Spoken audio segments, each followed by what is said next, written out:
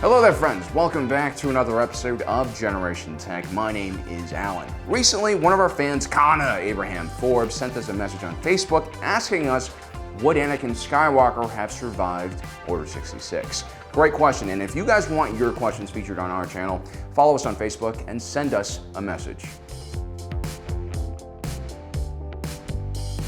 So what makes this scenario so interesting? Well, Anakin Skywalker was technically the only Jedi in the Republic that was exempt from Order 66. So for him to be a target of Order 66, he'll have to betray Chancellor Palpatine.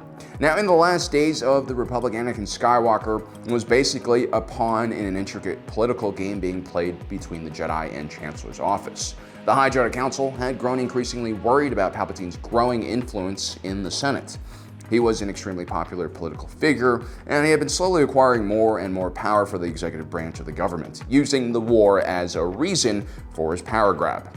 Just months beforehand, Palpatine had nationalized the banks and now was able to print money to feed his growing war machine. Mace Windu and Yoda sensed a plot to destroy the Jedi and believed that there were dark side influences surrounding the Chancellor. Luckily, the Jedi had an insider within the Chancellor's office. From very early on, Palpatine had developed an interest in Anakin Skywalker and had pulled him into his inner circle.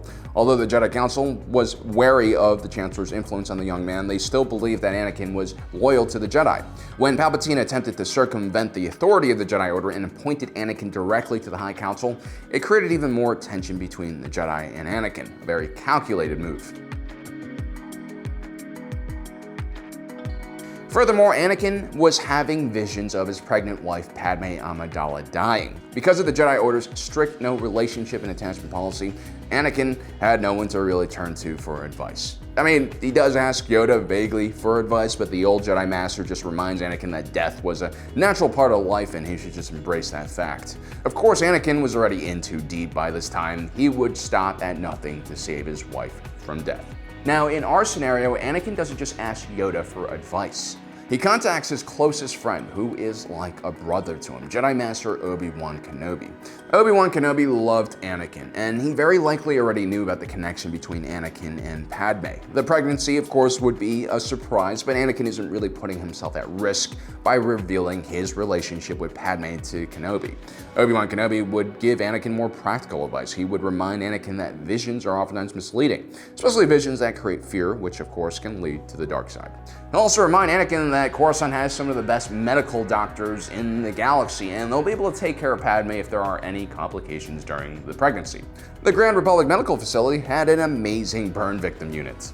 Obi-Wan will remind Anakin Skywalker that here on Coruscant they'll be able to closely monitor Padme and make sure she's safe and, she won't die from like a broken heart or something. And if it really comes to it, the Jedi are also excellent at healing individuals from all sorts of ailments. This would be very important because Obi-Wan's wisdom will balance out all the nonsense that Palpatine has been filling his head with.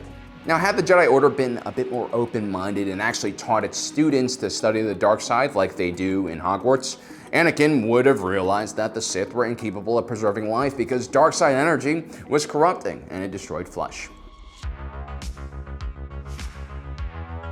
And so when Palpatine reveals to Anakin that he is a Sith Lord and tries to trick him into thinking that he knows how to save Padme, Anakin will have the wise words of Obi-Wan Kenobi in his head as well. Now, he's not going to try to kill Palpatine in his office. He will return to the Jedi Temple and notify Mace Windu, just like he does in the original timeline.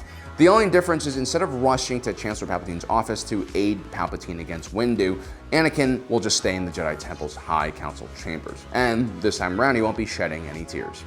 Now, obviously, without Anakin coming to Palpatine's rescue, Mace Windu will just execute the Sith Lord. Or perhaps Palpatine purposely put himself in that exact position to sway Anakin over to his cause. I believe if Anakin doesn't show up, Palpatine will probably handle business. Just like how he quickly handled those other 3 Jedi Masters that showed up at his office, just like how he handled Yoda and got the important high ground during that Senate battle. And so Mace Windu is defeated by Palpatine and Order 66 is launched. But this time around, instead of Anakin Skywalker leading the 501st Legion to the Jedi Temple, Anakin will be in the Jedi Temple when the clone troopers come for him. Now, the 501st is technically Anakin Skywalker's personal legion, but that probably doesn't really change things much once the Order 66 control chips kick in. The clones are more or less completely obedient. I mean, Captain Rex was able to fight off the urge to shoot Ahsoka Tano immediately, but perhaps that was because she wasn't technically a Jedi anymore, or perhaps Captain Rex had a lot of self-control, and also had a very close relationship with Tano. But Captain Rex wasn't on Coruscant during Order 66. He and a small division of 501st fighters were deployed on Mandalore. So instead, the 501st are going to be led by CC-1119, Commander Appo. Appo had been a part of the disastrous 501st campaign on Umbara. After General Skywalker had been recalled for another mission, Jedi Master Pong Krell would replace him. Pong Krell would repeatedly put the 501st in unnecessary danger, causing some of the more independent-minded clone troopers in the unit to rebel against him. Appo, on the other hand, was extremely loyal and followed the chain of command until it was finally revealed that Pong Krell had betrayed the Jedi and the Republic. So Commander Appo is a very obedient soldier, and obedient soldiers will always follow their orders. Now, according to Kanan Jarrus, before the Clone Wars started, the Jedi Temple had over 10,000 Jedi Knights scattered across the galaxy. But that was only Jedi Knights. In reality, only a small portion of Jedi younglings ever become Padawans and then are apprenticed and put on the path of Jedi Knighthood. Most younglings, unfortunately, were basic and therefore recycled into protein-based. I'm just kidding, that doesn't happen. But they were reassigned into other less interesting departments within the Jedi Order. Some worked in the library, others worked in the agricultural corps and spent their lives talking to sentient plants. They don't include that in the brochures they give to parents when they steal their Force-sensitive babies, unfortunately. So basically, there are far more than 10,000 Jedi in the galaxy, but by 19 BBY, after several years of warfare, the Jedi numbers had dwindled to just a fraction of its former size. Also, the Outer Rim sieges had effectively spread the most powerful Jedi Knights across the Outer Rim territories and isolated them, making them much easier to kill. And so the Jedi Temple during Operation Nightfall had at best a few hundred to 1,000 Jedi inside, and many of those Jedi would be unfit for combat roles. You would also have dozens of Jedi Temple Guardians. These individuals are tasked with defending the temple, but for the most part are focused more on restraining rogue Jedi than actually fighting clone troopers. Even so, the most basic Jedi librarian could still swing a lightsaber and hold her own against a clone trooper one-on-one. What made Operation Nightfall extremely successful in the original timeline was the fact that Anakin Skywalker basically walks up to the temple and completely catches the Jedi Gate Master Jurek off guard. He would then also take out several Jedi Guardians and kill Sindralik, the temple's battle master. The confusion he would have caused would have allowed the clone troopers to get through the temple's main bottleneck at the front gate. But in our scenario, when Commander Appo and the 501st approach the front gate of the Jedi Temple, Anakin Skywalker is standing right there in defiance. Anakin wasn't a normal Jedi by any means. He was the chosen one, which means his connection to the Force was unrivaled. He was so powerful that he could even bring the Force gods to their knees. Supported by the Jedi Temple Commander Shaak Ti and also Sindralik, the Battle Master, along with several other Jedi Guardians, Anakin Skywalker should be able to hold off any clone advancements at this bottleneck at the front of the temple.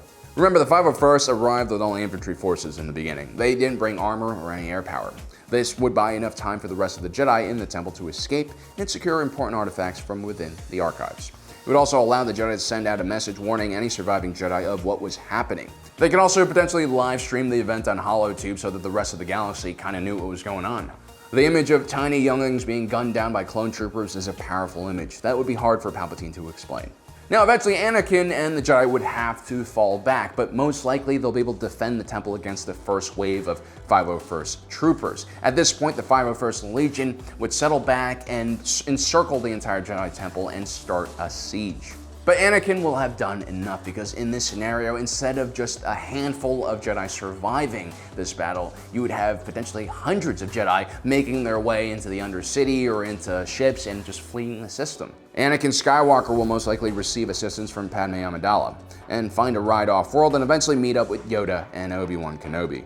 Now, there's no doubt in my mind that someone as powerful as Anakin Skywalker can survive Order 66, especially if he's surrounded with friends and in the Jedi Temple once Order 66 is carried out. What will be a larger challenge for him is living in exile. While Yoda and Obi-Wan are ready to begin training to become one with the Force, Anakin would most likely want to fight back against Palpatine. He would feel used by the Chancellor and probably want payback. Luckily, his pregnant wife, which he doesn't assault this time around, is giving birth to twins, and becoming a father will temper your, personality a little bit, and I think in the long run that will help Anakin Skywalker a lot. Anyway, guys, I hope you enjoyed our video today. Don't forget to subscribe and hit that notification button down below. And as usual, thanks for joining us. If you're watching this, you are Generation Tech.